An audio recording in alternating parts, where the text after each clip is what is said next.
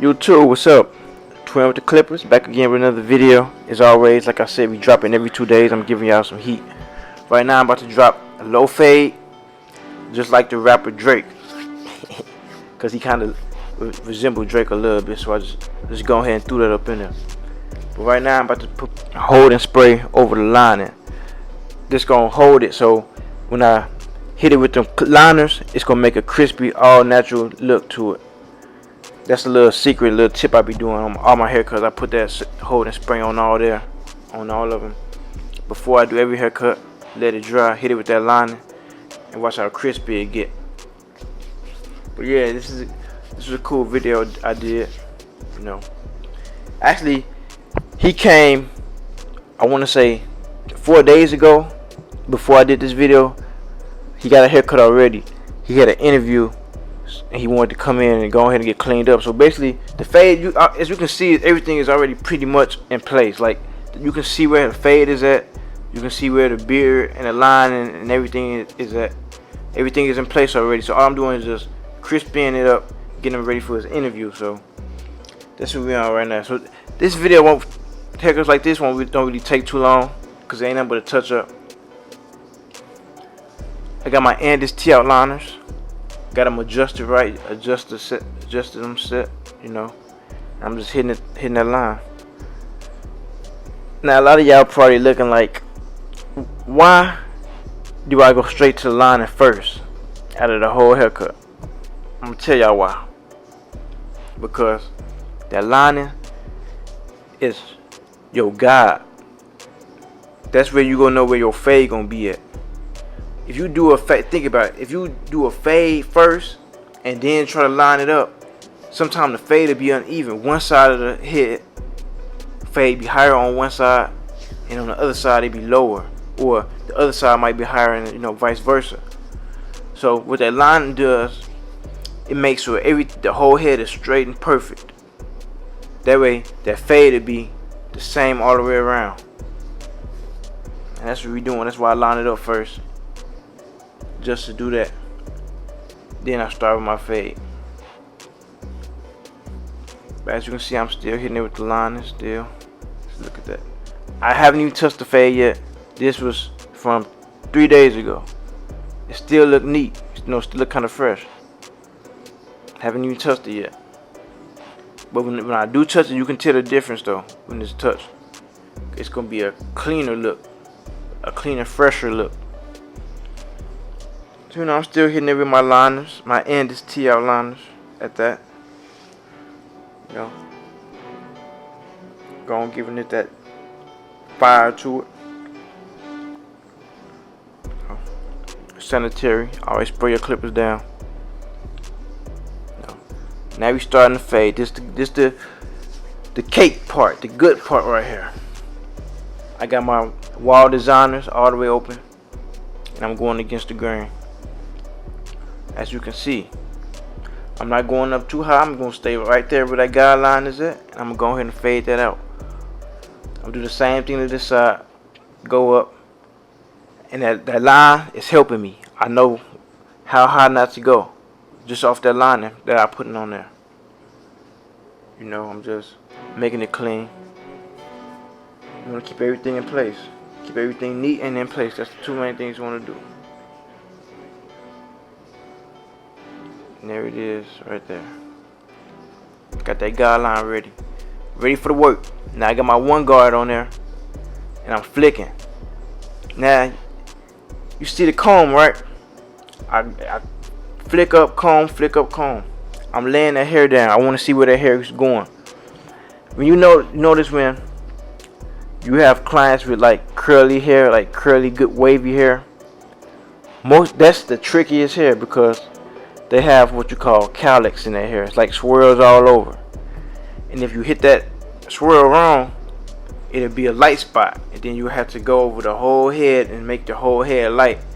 And you don't want to do that, because it's not what the client wants. So I'm combing it, make sure everything is going straight, the hair is going smooth, it's laying down the way that it's supposed to lay down, and I'm flicking it out still, flicking it out, putting that good work in. Just flick out, flick out, flick out, trying to get that fade together. Look at that, flick, flick, all around. I do it all around. I start one side, then I flick out, and I keep doing it. Keep doing it till that fade is out. Sometimes you might have to adjust your level a little bit. You might have to open it up. You might have to close it up just to get the desired look. Like, I can't really explain the lever because it's like you gotta have it in your hand and do it. I can explain it like just talking, but I can only explain it like with your hand. You gotta do it yourself basically to see how it really feel, and you gotta get to know your clippers and know what they do, what guard do, what blade do, what motion do, like the flicking motion. Even when you got the clippers on, the head motion, it's different type of motions involved with this too, you know. And I'm just cleaning it up. You see, I got my guard off. I had to touch it up some more, you know, take that guard off just to go ahead and put that guideline inside there again. Now I'm flicking it out. I'm trying to get all of it together now. This is where everything's coming. That guard, it makes everything comes together. That's where everything comes together at. And I'm flicking out, flicking out, flicking out. Keeping that guard on there, flicking out, flicking out. I did the other side already. Now I'm just doing this side. You know, keeping everything neat, keeping everything in place. That's what you want to do. Keep everything in place. Guard off, flick out. You see, as I got the guard low, as I have my guard off, I'm staying low with that fade because I don't want to go up high where that darkness is at. That darkness is for the guard. Now that I got my guard on there, I'm going to go up a little higher. You see that? As I went higher, I have a guard on there now. And I'm flicking out. Flick out, flick out. Don't really, you know, just flick out, flick out. Don't really go up. You don't want to put your clippers directly on their head and go up because you're going to put another line inside there. So remember this, y'all. Flick out, flick, flick, flick. In every video, that's one of the main things I say. Y'all, that's the main thing y'all see me do is flick. That flicking motion, that's what's gonna lay that fade down. That bomb fade y'all want. You wanna get that good fade in. And that's what we on right now. Getting that good fade in. Look at that. Ain't even the fade not even all together yet, but it's decent. Okay, it's cause you know you gotta go over your work again. But look at that. Decent fade. Pretty much it's already inside there. I'm just putting the icing on the cake. Just flick out, flick out, flick out. Just making it smooth. See how it's coming together? Slowly but surely it's coming together. Now this down fade. I had my guard on there and I'm going with the grain just to take the little excess bulk out. Or whatever I had to take out, you know, to get that fade to be smooth the way I want it to be. You want that fade to hit right. That's what I want to do. Now this is another trick I like to use, the Barber Magic Pencil. For the new subscribers that's just hopping on here, I use enhancers. There's nothing wrong with enhancers. If your client don't want enhancers, they'll tell you. All my clients don't want enhancers. The ones that don't want them, they'll tell me ahead of time. Don't use this, don't use the pencil, don't use the fibers, don't just use your clippers. Cool, I do that too. But most of the time, your clients want what's popping, what's out right now. And like enhancers is a big thing. It really elevated the barber game because it gives the haircut a more crispier look, a more popping look. That's all you want to do is give it that popping look. That's all they want. And it gives it that sharpness. So most of my clients, they love them. I mean, some people don't like them, but most of your people gonna love them. I'm bald in it. See, I like to do bald tapers when I do my fade. If I'm doing any type of fade, I don't care if it's a low fade, a taper, I like to bald it at the very end of the sideburn because that baldness is what makes that fade stand out and pop out. How it gradually goes from bald to hair. That little piece right there, this little section that I'm staring in right here, that I'm staring at, that's gonna pop just because it's bald and it's fading out. A lot of people like that. Some people don't. Some people do. But when I do it, I like to do it like with beards. That's cool because I fade the beard out. You can fade the beard out and make the whole sideburn and the beard just pop from bald to hair. One thing I don't like doing bald tapers on is when clients want to keep their sideburns. It's like it just ain't right. Something I just don't like it. I mean, some other people like it. That's cool. You know, everybody got their own thing, but I don't like it. Cause it's like it's not a full beard, it's just a line going down, and then you just fade it out. But you know, to each his own. If the client like it and he want me to do that, I love it. You know, I give my clients what they want. Got to. Now I'm hitting the fibers on the beard. I got a business card right here, my own business card. I don't like using nobody else's business cards, so, you know, to put my black on there. That's seem disrespectful. You know, everybody got a hustle, so I use my own business card and I spray it on there, and I just go over it where I hit it at. Just go over it. And you see how I got the beard blended in with the taper. That's what you want. Look at that look. That it gives it that pop out. Look how crispy this beard is. Look at that. That beard is crispy. There's just enough enhancers too. Not too much. You know, you don't want the whole thing pitch black looking crazy and fake. You just want to hit it a little bit. Look how that look. It came out decent. And look how it blended with the fade. That's crazy. I think I need a new thumbnail now. I had another thumbnail, but I see my thumbnail just when I turned it. That's crazy. Yeah, getting behind the ears. Make sure you want to do that. Make sure you want to get behind the ears. I don't care if it's a low fade or you think, oh, ain't nobody gonna see it, man. Get behind them ears too. Cause you gonna have clients that pay attention to every detail. Those the ones that's gonna make you better too. You might think, oh, they picky, he already trying to do something, but those ones that's gonna make you better, because when they get in your chair next time, you already know what to expect. And then the goal is to cut their hair without them saying what you did last time. You know what I'm saying? What you didn't do last time. Like last time you forgot to get the hair in the back of my neck or something like that. But this time, do it, and then they won't ask. You know what I'm saying? Because you already beat it to the punch. You got everything down packed. You nailed everything already. So that's it right there for that. Now I'm hitting my lining. You know, getting it crispy. This is about to be an up close and personal view. I'm about to show y'all exactly what I'm doing.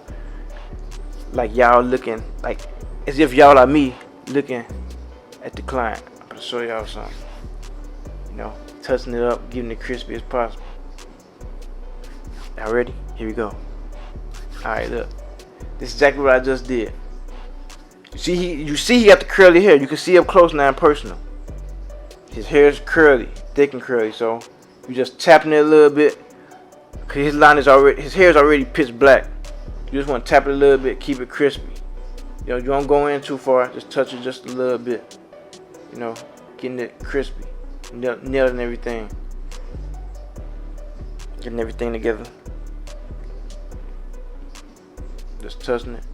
Crispy. Getting it crispy. That's it. That's all I want to do. All I want to do is get it crispy, baby. Hitting that. Getting it crispy. Look at that. Neatness.